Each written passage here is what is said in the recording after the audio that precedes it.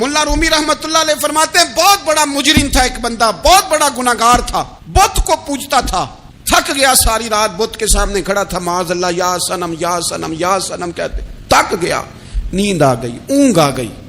جب پوری طرح نیند آ گئی اور دماغ پہ نیند قبضہ کرنے لگی تو اس کے منہ سے نکل گیا، صنم صنم کہہ رہا تھا نا، نکل گیا یا صمد، او بے نیاز مالک۔ رب کریم نے فرشتوں سے فرمایا دوڑ کے جاؤ، جو کہتا ہے اسے دے دو۔ فرشتے کہنے لگے مالک وہ تو بت کو پکار رہا تھا، اس نے تو غلطی سے نام لیا ہے۔ فرمایا مجھے نہیں پتا، لیکن دیکھو نا اس نے مجھے پکارا تو ہے نا، کتنی دیر سے جھوٹے کو پکار رہا تھا، اس کا معاملہ حل نہیں ہوا، اب اگر سچے کو پکارنے پہ بھی حل نہ ہوا تو فرق کیا رہ جائے گا؟ دے دو جو مانگتا ہے، دے دو۔ میرے دوست گھر پتہ چل جائے وہ کریم کتنا ہے، وہ مہربان کتنا ہے۔ میرے رسول پاک علیہ الصلوۃ والسلام نے تو فرمایا تیری آنکھ سے اگر اس کے خوف سے اتنا آنسو بھی نکل گیا جتنا مچھر کا پر ہوتا ہے، تو جس طرح بھینس کے تھنوں سے نکلا ہوا دودھ واپس تھنوں میں نہیں نہ جاتا، جو اتنا بھی روئے نہ روئے اللہ کے خوف سے، وہ بندہ دوزخ میں نہیں جائے گا۔ تھوڑی دیر کے لیے ڈر جائے اپنے رب سے، آئے تو صحیح۔ عدم معرفت غفلت پیدا کرتی ہے، تو آ تو صحیح، وہ تو کریم ہی بڑا ہے، وہ تو مہربان ہی بڑا ہے۔ حضرت زنیرہ رضی اللہ تعالی عنہ حضور کی صحابیاں ہیں، ایام جو مکے کے تھے مسلمانوں پر بڑی آزمائش کے تھے، انہیں بڑا مارا کفار نے، اتنا مارا کہ ان کی بینائی چلی گئی، نظر آنا بند ہو گیا۔ کافروں کی عورتوں نے تانا دیا کہ تو نے ہمارے بت چھوڑے ہیں نا، تو دیکھنا تیری بینائی چلی گئی۔ تو جناب زنیرہ اللہ پہ بھروسہ، توکل، معرفت الہی کا جذبہ، اٹھ کے کھڑی ہو کہنے لگی چپ کرو، تمہارے جھوٹے بت کیا کر سکتے ہیں، میرا رب چاہے تو صبح جب میں اٹھوں تو میری آنکھیں روشن ہو، اگر کریم کرم کر دے۔ لوگ کہتے ہیں واقعی ایسا ہوا، جب وہ سویرے اٹھی تو اللہ نے ان کی روشنی واپس کر دی تھی۔ تجھے پتہ چل جانا وہ مہربان کتنا ہے۔ وہ ایک بزرگ تھے تو ان سے کسی نے کہہ دیا کہ اگر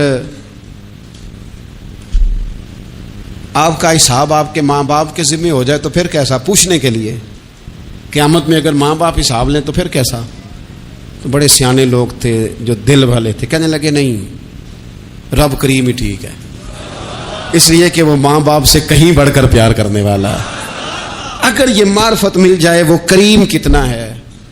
اور جب بندہ پوری طرح اس کی بارگاہ میں آ کے تڑپ جاتا ہے نا، مولا میں جاؤں کدھر، تیرا دروازہ چھوڑ کے جاؤں کدھر۔ اقبال کہتے ہیں وہ ایک سجدہ جسے تو گراں سمجھتا ہے، ہزار سجدوں سے دیتا ہے آدمی کو نجات۔ تجھے جگہ جگہ جھکنا نہیں پڑے گا اگر تو صحیح معنوں میں اپنے رب کی بارگاہ میں جھک جائے۔ تو میرے عزیز کوشش کریں کہ اس کی معرفت، اس کا کرم، اس کی عطا اور اللہ تبارک و تعالیٰ کے حاضر و ناظر ہونے پر عین الیقین، حق الیقین حاصل کریں۔ اور پھر آٹھویں بات یہ ہے کہ غافل لوگوں کی صحبت بھی بندے کو غافل کر دیتی ہے۔ غافلوں کی صحبت میں نہ بیٹھے، ان کی صحبت میں بیٹھے جن کے پاس بیٹھنے سے دل میں رب رسول کی محبت پیدا ہوتی ہے۔ غافلوں سے بچیں۔ چنگیاں دے لڑ لگی ساں تے چولی چ پھل پئے، تے جدوں میں پیڑیاں دے سنگ رل گئی تے میرے اگلے بھی ڈول گئے۔ برے آدمی کی صحبت بندے کو غافل کر دیتی۔ غافلوں کی صحبت میں کبھی نہ بیٹھے، کبھی نہیں۔ غافل آدمی آپ کو غافل کر دے گا۔ میرے نبی پاک علیہ الصلوۃ والسلام نے فرمایا انسان اپنے دوست کے مذہب پر ہوتا ہے۔ یہ بہت بڑے لفظ ہیں۔ فرمایا المرء علی دین خلیلہ، انسان اپنے دوست کے مذہب پر ہوتا ہے۔ تو دیکھ تو نے دوست کس کو بنایا ہے، جو تیرے دوست کا مذہب ہوگا وہی تیرا ہو جائے گا۔ ہم نے دوست بنایا نا غوث پاک جیلانی کو، ہم نے یاری لگائی ہے نا داتا علی اجمیری سے، ہماری نسبت ہے نا معین الدین اجمیری سے، ہمارا تعلق ہے نا بہاؤالدین زکریا ملتانی سے، ہمارا رشتہ ہے نا حضرت مجدد الفسانی سے، ہم ماننے والے ہیں نا اعلیٰ حضرت بریلوی کے، ہمارا تعلق ہے کبھی جماعت علی سے کبھی مہر علی سے، ہمارا ان سے تعلق ہے تو صبح شام ہماری زبان پہ رہتا ہے بالغ العلا بکمالہ کشف الدجی بجمالہ حسنت جمیع خصالہ صلو علیہ وآلہ۔ ان سے تعلق جڑا ہے نا تو کئی دفعہ تنہائیاں تڑپا دیتی ہیں اور تڑپ کے کہتے ہیں اج سکھ متران دی ودیری ہے، اج سکھ متران دی، سکھ کہتے ہیں اڈیک کو،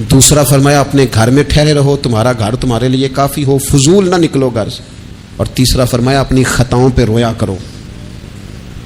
کثرت کلام اور فضول کلام اور بلا وجہ یہ بندے کو غافل کرتا ہے، دل کو سخت کرتا ہے. یہ چند چیزیں ہیں جو انسان کو غفلت میں ڈالتی ہیں. اپنے آپ کو ان چیزوں سے بچائیں اور غفلت کو توڑیں. آپ کے ذمے، میرے ذمے جو حقوق العباد ہیں ان کا پتہ کریں، جو اللہ رسول کے حقوق ہیں ان کی خبر دیکھیں. ہماری جو ذمہ داریاں ہیں ہم کس طرح انجام دے رہے ہیں اس پر توجہ کریں. اپنے معاملات کو ٹھیک کریں. ہم انسان ہیں، کوتاہیاں تو رہ جائیں گی، لیکن جب کوشش کریں گے تو پھر رب تعالیٰ مدد بھی فرمائے گا. ایک بات اور کرنی ہے. ایک تو میں نے عرض کیا غفلت کو توڑنا. ایک دوسری بات قرآن مجید کا ایک سبق اور. جب غفلت توڑنی ہے تو پھر لازمی طور پر ایک کام کرنا پڑے گا. میں نے یہ عرض کیا تھا کہ پلاننگ نہیں کرنی، فیصلہ کرنا ہے. تو فیصلہ کرنا ہے تو کرنا کیا ہے؟ پھر قرآن حکیم نے سورہ بقرہ میں کہا فاستبقوا الخیرات، یعنی تم نیکیوں کی طرف دوڑو، جلدی جلدی نیکیاں کرو، فٹافٹ، دیر نہ کرو. فٹافٹ سے مراد یہ نہیں کہ نیکی جلدی جلدی کر جاؤ، یعنی ٹال مٹول نہ کرو خیر کے کام میں. کل کریں گے، پرسوں کریں گے. عمرہ کر رہے ہیں پھر نیکی ہیں، حج کر رہے ہیں پھر نیکی ہیں، بچے بیال ہوں پھر میں نیک ہوں. یہ تھوڑا سا یہ کام ٹال مٹ. فاستبقوا الخیرات، نیکیوں کی طرف دوڑو، جلدی کرو، بھاگو. نبی پاک صلی اللہ تعالی علیہ وسلم نے فرمایا 5 چیزوں سے پہلے غنیمت جانو.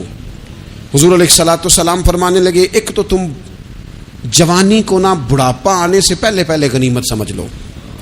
نبی کریم صلی اللہ تعالی علیہ وآلہ وسلم ارشاد فرمانے لگے کہ اپنی صحت کو غنیمت جان لو بیماری آنے سے پہلے پہلے. پھر حضور علیہ الصلوۃ والسلام فرمانے لگے اگر اللہ نے تمہیں مال دیا ہے، وسعت دی ہے، تو نیکی کر لو، خرچ کر لو اللہ کے راستے میں. خدا نہ خواستہ تم پر غریبی آ جائے. اور پھر حضور سید عالم صلی اللہ تعالی علیہ وسلم فرمانے لگے اگر تمہیں اللہ نے کچھ فراغت دی ہے، بہت زیادہ مصروف نہیں ہو، تو غنیمت جان لو، جلدی سے نیکی کر لو قبل اس کے کہ تم مشغول ہو جاؤ. اور 5ویں بات حضور نے بیان کی، فرمایا زندگی کو غنیمت جانو موت آنے سے پہلے پہلے.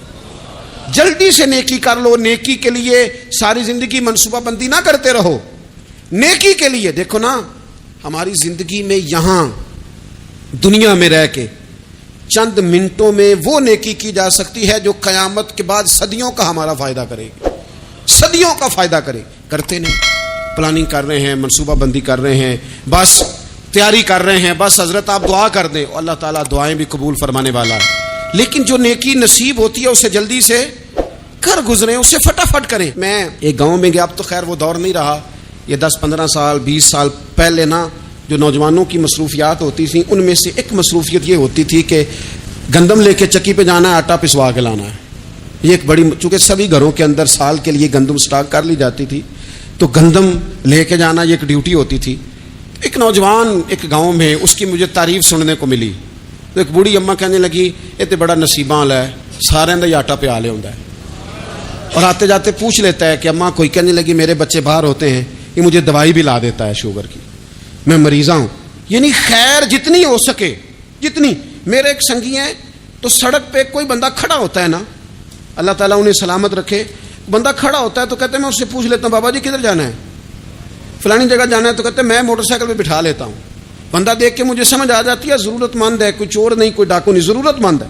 میں اس سے منزل تک نیکی جتنی میسر آئے، جس حد تک میسر آئے. کیا کہا ہمارے نبی پاک علیہ السلام نے؟ حضور نے ہم سے فرمایا کچھ نہ ہو سکے تو بات ہی مسکرا کے کر لینا، اس پر ہی اللہ صدقے کا ثواب عطا کرے. فاستبقوا الخیرات، جلدی سے نیکی کر لو. اپنے نامہ اعمال میں روز نیکیاں جمع کرو، کوئی نہ کوئی خیر کا کام روز کرو اور جلدی سے کرو. صحیح مسلم میں حدیث ہے، نبی پاک صلی اللہ تعالی علیہ وسلم فرمانے لگے جلدی جلدی نیکی کے کام کر لو ان فتنوں سے پہلے جو اندھیری رات کے حصوں کی طرح فتنے ہوں گے. فرمایا اس وقت حال یہ ہوگا کہ آدمی صبح مومن ہوگا، شام کو کافر ہو جائے گا، شام کو مومن ہوگا تو صبح کافر ہو جائے گا.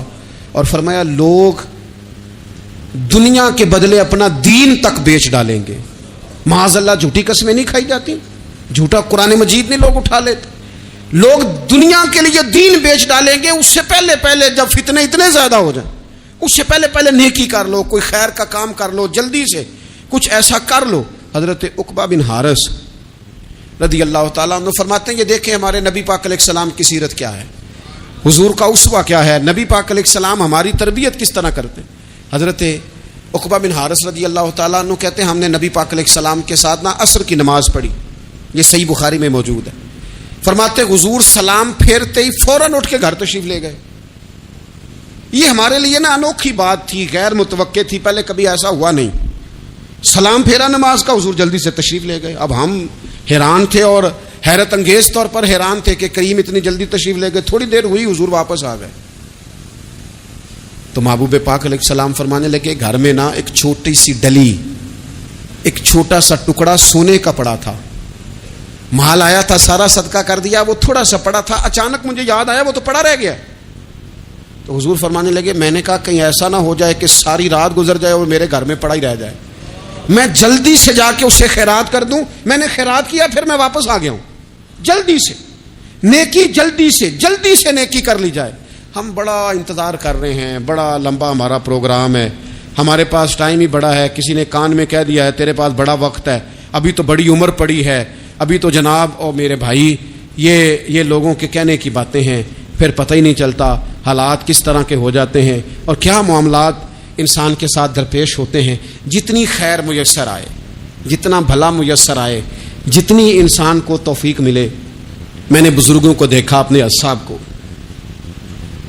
پہلے وہ خدام سے کہتے کہ میں سونے لگا ہوں اور پابند کرتے لوگوں کو کہ فلاں وقت، بزرگوں کو میں نے دیکھا اپنے، وہ پابند کرتے لوگوں کو کہ فلاں وقت میں موجود ہوں گا آنا، خود پابند فرماتے. اور پھر جب بیدار ہوتے تو سب سے پہلے خدام کو بلا کے پوچھتے کوئی مہمان تو نہیں آیا؟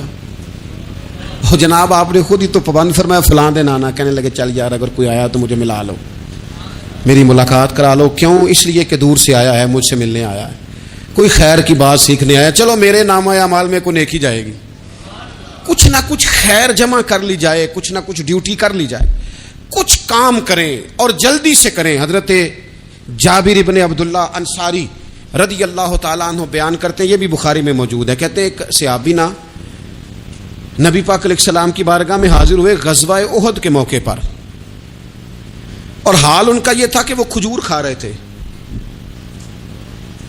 اور کھجور انہوں نے منہ میں رکھی ہوئی تھی. حضور کی بارگاہ میں حاضر ہوئے اور عرض کرنے لگے یا رسول اللہ صلی اللہ تعالی علیہ وسلم اگر میں شہید کر دیا جاؤں تو کہاں جاؤں گا؟ حضور فرمانے لگے جنت میں. تو کہتے انہوں نے جو کھجور منہ کے اندر تھی وہ انہوں نے نگلی نہیں، اندر نہیں لے گئے، اس کو باہر نکالا اور دوڑ کے آگے بڑھے اور جنگ کرنی شروع کر دی اور لڑتے لڑتے شہید ہو گئے. کیا سبق دیا انہوں نے؟ سبق یہ دیا کہ نیکی کرنے میں اتنی دیر بھی نہیں کرنی جتنی کھجور کھانے میں دیر لگتی ہے. جلدی سے نیکی کرنی ہے، فٹافٹ نیکی کرنی، اس کے اندر ٹال مٹول نہیں کرنا. اسی وقت انہوں نے کھجور باہر نکال دی، دوڑ کے انہوں نے. حضرت انس بن نضر رضی اللہ تعالیٰ عنہ، حضرت انس بن مالک رضی اللہ تعالیٰ عنہ کے چچا ہیں، میدان احد میں احد پہاڑ کے قریب کھڑے تھے، لوگوں سے کہہ رہے تھے جلدی جلدی ادھر آؤ، وہ جنت جو انسان کو انتقال کے بعد نصیب ہوگی اور قیامت کے بعد نصیب ہوگی. فرماتے تھے مجھے تو ابھی احد پہاڑ کے اندر سے جنت کی خوشبو آ بھی رہی ہے، لہذا جلدی سے آؤ، ادھر دوڑو، جہاد کرو، آؤ کفار سے لڑیں. تو نیکی میں دیر نہیں کرنی. جو نیکی میسر آتی ہے، جس کو میسر، ماں باپ میسر ہیں تو خدمت کر لیں، اہل خانہ ہیں تو حسن سلوک کر لیں، اللہ نے اولاد دی ہے تو اچھی تربیت کر لیں، دوست ہیں تو خیر خائی کر لیں. اگر آپ کو اللہ رمضان عطا کرتا ہے تو زیادہ سے زیادہ اس کی عبادت کر لیں. اگر نظر ٹھیک ہے تو تلاوت زیادہ سے زیادہ کر لیں. زبان چلتی ہے تو رج رج کے مدینے والے محبوب پہ درود و سلام پڑھ لیں، اللہ تعالیٰ کا ذکر کر لیں.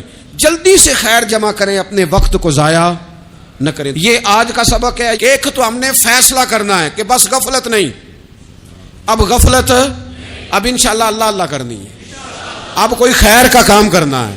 میرے حضرت کا ایک جملہ کبھی نہیں بھولنا، فرمایا کرتے تھے زمین کے اوپر کام، نیچے جا کے آرام. یہ چھوڑ دیں اتنے گھنٹے سونا ہے تو یہ کرنا ہے تو میری نیند میں دخل کوئی نہ ڈالے، پھر سوتے ہی رہ جائیں گے، سوتے ہی رہ جائیں. زمین کے اوپر کام اور نیچے جا کے جاگنا ہے. جاگ لے افلاک کے سائے تلے، پھر حشر تک سوتا رہے گا خاک کے سائے تلے. اب جاگ لے افلاک کے سائے کے نیچے، جاگ، کھول آنکھیں. ہر وقت کا سونا، ہر وقت سونا، ہر وقت جو اپنے آرام کی فکر کرنا، اس سے نکل آئیں اور اچھا کھانا اور اچھا پہننا اور بس اپنی مرضی کی زندگی من چاہی جینا، اس سے باہر آئیں. فیصلہ کریں فیصلہ کہ اب غفلت نہیں کرنی. اگر اللہ نے کوئی صلاحیت دی ہے تو اسے دین کے کام پہ لگانا ہے.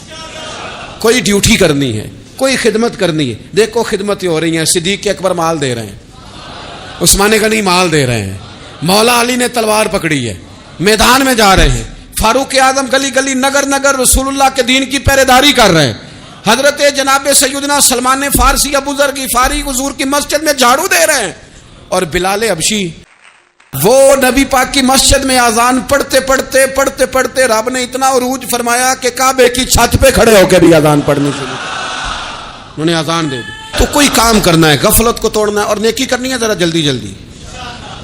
اور قرب الہی کے معاملات تک کو جو چیزیں نقصان پہنچاتی ہیں ان میں ایک بڑی چیز غفلت ہے. ایک لفظ ہوتا ہے جو ہمیں اکثر سننے کو ملتا ہے کہ آپ کی توجہ نہیں ہے. یہ ڈھیر سارے لوگوں کا مطالبہ ہوتا ہے, اہل خانہ بھی مطالبہ کرتے ہیں, کئی موقع پر والدین بھی مطالبہ کرتے ہیں, غرباء بھی مطالبہ کرتے ہیں کہ امیروں کی ہماری طرف توجہ نہیں ہے. اور یہ بڑی لازمی سی بات ہے کہ کسی چیز پر جب توجہ رہتی ہے تو وہ چیز بہتر ہو جاتی ہے, اور جب عدم توجہی کا لوگ مظاہرہ کرتے ہیں تو وہ معاملہ خراب ہو جاتا ہے. یہ جو عدم توجہ ہے اسی کو غفلت کہتے ہیں. اور جب انسان کے مزاج پر غفلت طاری ہوتی ہے اور غفلت اس پر پوری طرح غلبہ کر لیتی ہے تو پھر اس کی زرخیز زمین کو وہ بنجر کرتی ہے. غفلت انسانی دل کے لیے بڑی نقصان دہ چیز ہے اور انتہائی تکلیف اور ضرر کا باعث ہے. دلوں پر جو قحط نازل ہوتا ہے, قحط, ویران ہو جاتے ہیں دل, اور جو دلوں پر خشکی نازل ہوتی ہے کہ طبیعتیں خشک ہو جاتی ہیں, یہ غفلت کی وجہ سے ہوتی ہے. جو لوگ غافل ہو جاتے ہیں نا, اپنے معاملات کا دھیان نہیں رکھتے, دیکھیں نا آپ کو کھانا کھاتے بھی غافل نہیں ہونا چاہیے. اگر کھانا بھی غیر معتدل کھا لیا جائے تو وہ انسان کی طبیعت کے لیے باعث ضرر بن جاتا ہے, نقصان کا باعث بنتا ہے. بات کرتے ہوئے بھی غافل نہیں ہونا چاہیے, کئی دفعہ جملے ایسے نکل جاتے ہیں جو انسان کے لیے پھر شرمندگی کا باعث بنتے ہیں. انسان کو غافل ہو کر کوئی کام نہیں کرنا چاہیے, غافل ہو کر, مدہوش اور بے ہوش ہو کر نہیں. غفلت دل کو ویران کرتی ہے, طبیعت میں خشکی لاتی ہے. غافل کبھی نہ بنے. قرآن مجید فرقان حمید نے ارشاد فرمایا کہ اقترب للناس حسابہم, فرمایا لوگوں کے حساب کا وقت قریب آ گیا. وہم فی غفلت معرضون, اور وہ ابھی بھی غفلت میں منہ پھیرے ہوئے ہیں. ٹائم آ گیا حساب دینے کا لیکن وہ بھی غافل ہیں. ہمارے جو زیادہ تر نقصان زندگی میں ہوئے ہیں وہ صرف ہماری غفلت کی وجہ سے ہوئے. ہم نے چیزوں پر توجہ نہیں دی, چیزیں گڑبڑ ہو گئیں. جس آدمی نے پھول لگائے ہوں, پھل لگائے ہوں, کھیتی لگائی ہو, وہ دانہ ڈال کے پانی دے کے فارغ نہیں ہو سکتا, اسے توجہ کرنی پڑتی ہے. اور کسی نے کہا تھا مالی جیندے ہون تو پھر بوٹے سوکھدے نہیں. اگر موجود ہونا ان کو سینچنے والا, رکھوالی کرنے والا, تو پھر ان کی جڑیں کبھی خشک نہیں ہوا کرتی. ہماری جو غفلتیں ہیں یہ بڑی ضرر کا باعث ہیں, نقصان کا باعث. اور مجبوری معاف ہوتی ہے, غفلت معاف نہیں ہوتی. اسکول میں پڑھتے تھے, مدرسے میں پڑھتے تھے, تو ایک مجبوری ہو گئی جی, خدا نہ خواستہ گھر میں کوئی پریشانی ہو گئی تو اساتذہ اس پر سزا نہیں دیتے. کوئی خوشی کا موقع ہے گھر میں, فیملی میں کسی کی شادی ہے, اساتذہ اس پر سزا نہیں دیتے. لیکن اگر کبھی پتہ چلتا تھا نا کہ یہ گھر سے تو آیا تھا لیکن مدرسے نہیں آیا, یہ اسکول نہیں آیا, رستے میں غافل ہو گیا, تو یہ بات خوفناک تھی. یہ قابل سزا جرم تھا کہ تو غافل ہو گیا اپنی پڑھائی سے, تو گھر سے آیا اور یہاں نہیں آیا. غفلت قابل سزا ہوتی ہے, مجبوری کی معافی ہوتی ہے. ہمارا آج کل جو مسئلہ ہے وہ غفلت کا ہے. ڈھیر سارے لوگ ہیں, سمجھدار بھی ہیں, سیانے بھی ہیں, معاملہ فہم بھی ہیں, باشعور بھی ہیں, تعلیم کی ڈگریاں بھی رکھتے ہیں, لیکن اگر ان کی زندگیوں کی تکلیفوں کو دیکھا جائے اور بے آباد روح کو دیکھا جائے اور سجدوں سے ان کی دوری کو دیکھا جائے تو ایک ہی بات سمجھ میں آتی ہے کہ پتہ سارا ہے لیکن لے ڈوبی ہے غفلت, توجہ نہیں کی. لائق بچہ بھی نالائق ترین زندگی گزارتا ہے, اس لیے کہ اس کے لائق ہونے کے ساتھ ساتھ اس کا توجہ کرنا بھی تو ضروری ہے نا. نرے لائق کا کیا فائدہ اگر وہ محنتی نہیں, اگر وہ توجہ ہی نہیں کرتا, اپنا سبق دھیان سے سنتا پڑھتا ہی نہیں, تو بھی جتنا مرضی لائق ہو پیچھے رہ جائے گا. اور کئی نالائق ہوتے ہیں, رٹا لگا کے پاس ہوتے ہیں, پر چلو رٹا تو لگاتے ہیں نا, محنت تو کرتے ہیں نا, جدوجہد تو کرتے ہیں. کئی نالائق جدوجہد کے باعث آگے گزر جاتے ہیں, اور کوئی اسی چکر میں رہ جاتے ہیں, میں بڑا لائق ہوں, کل پڑھ لوں گا, پرسوں پڑھ لوں گا, ہفتہ تیاری کر کے پاس ہو جاؤں گا. اپنی زندگی سے غفلت کا پردہ اٹھائیں. اور غفلت, اس کے لیے فیصلہ کرنے کی ضرورت ہوتی ہے, پلاننگ کرنے کی نہیں, فیصلہ کرنے کی ضرورت ہوتی ہے کہ میں نے اب غفلت کرنی. ہم نہ جب بھی کوئی پروگرام بناتے ہیں تو منصوبہ بندی شروع کر دیں. منصوبہ بندی نہ کریں, فیصلہ کریں, کہیں کہ میں نے غافل نہیں ہونا. غفلت غرق دنیا کا نام ہے. اپنے آپ کو غفلت سے بچائیں. آپ دیکھیں حضرت کعب بن مالک رضی اللہ تعالیٰ عنہ فرماتے ہیں, بخاری میں موجود ہے, فرماتے ہیں کہ جنگ میں پیچھے رہ گیا تھا. میرا خیال تھا کل چلا جاؤں گا, گھوڑے اور سواریاں میرے پاس تیز ہیں, مضبوط ہیں, پرسوں چلا جاؤں گا, تیزی سے بھاگ کے میں پہنچ جاؤں گا, میں قافلے کے ساتھ شامل ہو جاؤں گا. لیکن بس تھوڑی سستی ہو گئی, ذرا غفلت ہو گئی. آپ فرماتے ہیں جب سب لوگ چلے گئے حضور علیہ السلام کے ساتھ جہاد میں, اور میں پیچھے رہ گیا, تو پھر جب چند دن گزر گئے اور محبوب کے واپس آنے کا ٹائم ہو گیا, تو اب میں غور کرتا سمجھتا تو مجھے مدینے میں یہاں بزدل لوگ نظر آتے. اور کون نظر آتے؟ جو منافق تھے. وہ منافق بزدل دکھائی دیتے, یا مجھے عورتیں اور بچے دکھائی دیتے. میں پریشان ہوا. حضور واپس آ گئے. جنہوں نے بہانے کیے تھے نا منافقین نے, یہ مجبوری تھی اس لیے نہیں جہاد پہ گئے, یہ جنہوں نے بہانے کیے تھے انہیں مل گئی معافی. اور میں نے سچ بولا, میں نے کہا یا رسول اللہ میں غافل ہو گیا تھا. اب کہتے ہیں میں نے جب کہا نا حضور سستی ہو گئی تھی, ذرا غفلت ہو گئی, تو بندہ محبوب سے غافل ہو جائے, بندہ وہیں سے غافل ہو جائے. جو دم غافل سو دم کافر, سانو مرشد اے ہو پڑھایا. جب کہا نا حضور وہ غلطی ہو گئی, کوئی مجبوری نہیں تھی, تو فرماتے ہیں باقیوں کو معافی مل گئی. میرے ساتھ حضور ناراض ہو گئے. ایک دن نہیں, 2 دن نہیں, 50 دن حضور ناراض رہے. مدینے کی گلیوں نے مجھے پہچاننا چھوڑ دیا. در و دیوار سے مجھے یوں لگتا تھا کہ میں پردیسی ہوں. فرماتے ہیں میں مسجد میں آتا تھا, میں جب محبوب کو دیکھتا تو حضور رخ انور پھیر لیتے, اور مجھے پتا تھا جب میرا چہرہ ادھر ادھر ہوتا تو پھر کریم رحمت کی نظر فرماتے. فرماتے 50 دن مسلسل. پھر مجھے حکم ہوا کہ بیوی بھی بھیج دو, میک کے بچے بھی بھیج دو, ننھال یعنی تنہا رہ جاؤ. فرماتے ہیں وہ میں نے قید تنہائی کاٹی, لیکن شکر اللہ کا یہ ہے کہ میں سچا تھا, بس ذرا بھول گیا تھا, بس ذرا غفلت ہو گئی تھی.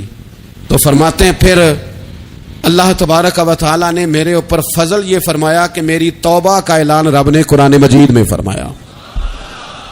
تو غافل نہ بنے کبھی بھی. ہمارا نا مسئلہ یہ ہے, اور آپ نے ناراض نہیں ہونا, ڈھیر سارے لوگ غافل ہو جاتے ہیں, مالدار بھی غافل ہیں, صاحبان علم بھی اللہ ماشاء اللہ بہت ساری جگہوں پہ غافل ہیں. جن لوگوں کو 4 لوگ جاننے لگ جاتے ہیں, کوئی مقام حاصل ہو جاتا ہے, وہ بھی بہت ساری جگہوں سے غافل ہو جاتے ہیں. اللہ ماشاء اللہ. غفلت بڑی تکلیف والا منظر ہے. جو لوگ سمجھتے ہیں نا میں اب گڈ بک میں آ گیا ہوں, اب میں اچھا ہو گیا ہوں, اب میرے لیے خیر کہا جاتا ہے, مجھے اچھائی شاید یہ مستقل میرے ساتھ رہے گی, تعریف ہی ہوگی ہمیشہ, وہ بھی غافل ہو جاتے ہیں. اور یہ غفلت ٹھیک نہیں ہوتی. وجہ دیکھنی چاہیے کس وجہ سے انسان کو وقار مل رہا, عزت مل رہی. اپنی زندگی سے غفلت کو اتار پھینکیں. تھوڑی دیر کی تو غفلت ہوتی ہے, لمبی تو نہیں. 2 منٹ کے لیے صرف اس نے ڈرائیونگ کرتے ہوئے چہرہ موبائل کی طرف کیا تھا, 2 ہی تو منٹ لگے تھے. لمحوں نے خطا کی تھی, صدیوں نے سزا پائی. لمحوں نے خطا کی تھی, صدیوں نے سزا پائی. ایک لمحے کے لیے غافل ہوئے تھے, اور صدیاں, نسلیں روتی رہ گئیں پیچھے, بچے تڑپتے رہ گئے, اہل خانہ پریشان رہ گئے, ماں باپ ساری زندگی روتے رہے. لیکن یہ 2 منٹ کے لیے. یہ غفلت جو ہے یہ بڑی تکلیف والا معاملہ. اپنی زندگی سے غفلت کو اتارنا ہے, غافل نہیں بننا. ہر وقت توجہ, اور ساری باتوں پہ توجہ. بعض اوقات لوگ ایک طرف توجہ کر کے ایک طرف سے غافل ہو جاتے ہیں. نہ, توجہ ہمہ پہلو رکھنی ہے. ہمارے ذمہ جتنے بھی حقوق ہیں ان سب پر توجہ, ہر چیز کا خیال. ایسا نہ ہو کہ عبادت کرتے رہ جائیں اور حقوق العباد ہم سے چھوٹ جائیں, اور حقوق العباد اتنے زیادہ ادا کریں. صاحب مجھے کہنے لگے ایک دفعہ بڑے وسوق کے ساتھ کہنے لگے جی معاذ اللہ سما نہیں جی ٹائم ملتا پھر نماز دا کی کریے, روزی کمانا بھی تو عبادت ہے نا. تو میں نے کہا آپ نے عبادت کرنا ایک حصہ قبول کیا ہے, آپ نے کل عبادت نہیں قبول کی. عبادت کل ہے ہما پہلو, ایک حصہ آپ قبول کر کے نکل گئے اور باقی آپ نے چھوڑ دی. تو کسی ایک طرف سے بھی غافل نہیں ہونا. جتنی ذمہ داریاں ہیں, جتنی ڈیوٹیاں ہیں, ان سب کا خیال. اور جو بڑا آدمی ہوتا ہے, بڑا گھر میں بڑا ہو, قبیلے میں بڑا ہو, علاقے میں بڑا ہو, ادارے میں بڑا ہو, کلاس میں بڑا ہو, جو بڑا ہے اس کی تو ساری آنکھیں کھلی ہوئی ہونی چاہیے. ایک ایک پر اس کی نظر ہونی چاہیے کہ میری کہاں ضرورت ہے, کہاں مجھے اشک شوئی کرنی ہے, کس کے ساتھ میں نے کس طرح محبت کا رویہ رکھنا ہے. غافل نہ بنے. اچھا جی اب کیسے پتہ چلے گا کہ ہم غافل ہیں؟ یہ کیسے پتہ چلے گا؟ آپ کسی بندے سے بھی پوچھ لیں حالات کیا ہیں تو کہتا ہے اللہ کا شکر ہے کبھی کسی کا دل نہیں دکھایا, اللہ کا شکر ہے جی زمانہ ہو گیا 5 نمازیں پڑھتا ہوں, اللہ کا شکر ہے جی. کیسے پتہ چلے گا غافل ہیں؟ پہلی علامت ہمارے علماء اور صوفیاء نے غافل بندے کی لکھی ہے. اس آئینے میں نے اور آپ نے اپنا آپ دیکھنا ہے. غافل بندے کی پہلی علامت یہ ہوتی ہے کہ وہ دنیاوی کاموں میں چست ہوتا ہے اور اللہ اور اس کے رسول کی فرما برداری میں سست ہوتا ہے. یعنی نماز کے وقت تو اسے نیند ستاتی ہے, پریشانی ہوتی ہے, لیکن اگر کسی جگہ مال مل رہا ہو, پیسے مل رہے ہوں, وہاں جانا ہو تو پھر اسے کوئی چیز بھی تنگ نہیں کر. دنیاوی کاموں میں چست ہوگا. یعنی ٹی وی کے آگے, موبائل کے آگے وہ گھنٹوں بیٹھا ہوا ہے, اور اگر اسے 25 منٹ قرآن پاک سننا پڑ جائے, اگر اسے 20 منٹ دینی محفل میں بیٹھنا پڑ جائے, اگر اسے کہا جائے کہ تو 20 رکعت نماز نفل ادا کر, دنیاوی کاموں میں چست ہے, دینی کاموں میں, یہ غفلت کی پہلی علامت. پھر ذاتی معاملات پہ پیسہ خرچ کرنا ہو تو ڈھیر سارا ہے, کسی غریب کی مدد کرنی ہو تو. وہ ہمارے ایک دوست ہیں, وہ اکثر کہا کرتے ہیں, وہ کہتے ہیں آج کل کسی سے کہنا فلائی کام میں, دینی کام میں, کسی کی مدد میں کچھ 4 پیسے خرچ کرنے ہیں تو لوگ کہتے ہیں ہاتھ تنگ ہے. ہاں کچھ سستا پلاٹ ملتا ہو نا, اور اگر یہ سمجھ آ جائے کہ وہ مجبور ہے بیچارہ بیچنے والا, تو پھر کہتے ہیں میں 2-3 دوستوں کو پھاڑ لے سن. ذاتی کاموں میں جب بندہ چست ہو اور دینی کاموں میں سست ہو تو مطلب یہ ہے کہ بندہ غافل ہے. پہلی علامت غفلت کی. اور غفلت کی دوسری نشانی یہ ہے کہ انسان گناہ کے کاموں کو معمولی سمجھنے لگ جاتا ہے. یہ غافل بندے کی نشانی ہے. گناہ کو معمولی سمجھتا ہے, چھوٹا سمجھتا ہے. آج کل لوگ کہتے نہیں میں کو اکیلا کر رہا ہوں, ساری دنیا ہی کرتی ہے. وہ جناب کیا ہو گیا, اگر یہ غلطی ہو گئی تو بندے سے ہو ہی جاتا ہے. گناہ کو معمولی سمجھنا, چھوٹا سمجھنا, اور کہنا پھر کیا ہو گیا ہے, انسان سے غلطی ہو جاتی ہے. آپ دیکھ لیں کہ سینکڑوں بیسیوں گناہوں کا بوجھ ہمارے سروں پہ ہوتا ہے, لیکن کوئی ہمارا دبدبہ ہے, کوئی ہماری گفتگو ہے, کوئی ہمارے جملوں میں خود پسندی ہے, کوئی ریاکاری ہے, کوئی تصنع ہے. یہ غافل بندے کی علامت ہے. نبی اکرم صلی اللہ تعالی علیہ وآلہ وسلم نے فرمایا مومن اپنے گناہوں کو پہاڑ کی طرح سمجھتا ہے. یہ بخاری میں حدیث ہے. مومن پہاڑ کی طرح جانتا ہے اور وہ ڈرتا ہے کہ کہیں وہ پہاڑ اس کے اوپر گر نہ جائے, یعنی کہیں مجھے میرے گناہ کی سزا نہ مل جائے. چھوٹے گناہ کو بھی پہاڑ جانتا ہے, یار مجھ سے غلطی ہو گئی, مجھے ٹھیک کر لینی چاہیے, مجھے معافی لے لینی چاہیے, مجھے توبہ کر لینی چاہیے. مومن اپنے اوپر گناہ کو پہاڑ کی جانب سمجھتا ہے. اور حضور علیہ الصلوۃ والسلام فرماتے ہیں کہ یہ جو فاسق اور فاجر ہوتا ہے نا, اللہ کا نافرمان, یہ گناہ کو مکھی کی طرح سمجھتا ہے. یہ سمجھتا ہے میں نے اشارہ کرنا ہے, مکھی نے اڑ جانا ہے. مومن کی علامت یہ ہے کہ وہ پہاڑ جانتا ہے, اگر غلطی ہو جائے تو پہاڑ. امام اعظم ابو حنیفہ رحمۃ اللہ علیہ گزر رہے تھے تو بارش ہو گئی تھی اور کوفہ میں کیچڑ تھا, تو آپ نے جو جوتے پہنے ہوئے تھے ان جوتوں سے چلتے ہوئے نا آپ کے پاؤں سے کچھ مٹی اڑی, تو سامنے ایک یہودی تھا. اب اس زمانے میں دیواریں کچی ہوتی تھیں, اس کے دیوار پر جا کے وہ مٹی جو تھی وہ لگ گئی. اب امام صاحب بڑے پریشان ہوئے کہ میں نے اس کی دیوار کو آلودہ کر دیا. یہاں تو لوگ اپنی اینٹیں رکھتے رکھتے کئیوں کی دیواریں توڑ ہی دیتے ہیں, اور پھر وہ اس پر ماننے کو بھی تیار نہیں ہوتے, تسلیم کرنے کو بھی تیار نہیں ہوتے. وہ کہتے ہیں پھر کیا ہو گیا, اب ہمارا یہاں گھر ہے تو ہم نے ٹرالی منگوانی نہیں تھی, ہمارا حق بنتا تھا. امام صاحب کے پیروں سے ذرا کیچڑ اڑا, یہودی کی دیوار پہ لگا, اس کی کچی دیوار تھی. امام صاحب پریشان ہو گئے, سوچنے لگے کہ اگر میں دیوار سے یہ کیچڑ اتارتا نہیں تو یہ بھی زیادتی ہے, میں نے اس کی دیوار کو گدلا کر دیا, اور اگر میں اتارتا ہوں تو کچھ مٹی اس کی دیوار کی بھی اتر جائے گی, کچی دیوار ہے, یہ بھی زیادتی ہے. مومن گناہ کو پہاڑ کی طرح سمجھتا ہے کہ کہیں گر نہ جائے, اس کی بھی کہیں سزا نہ مل جائے۔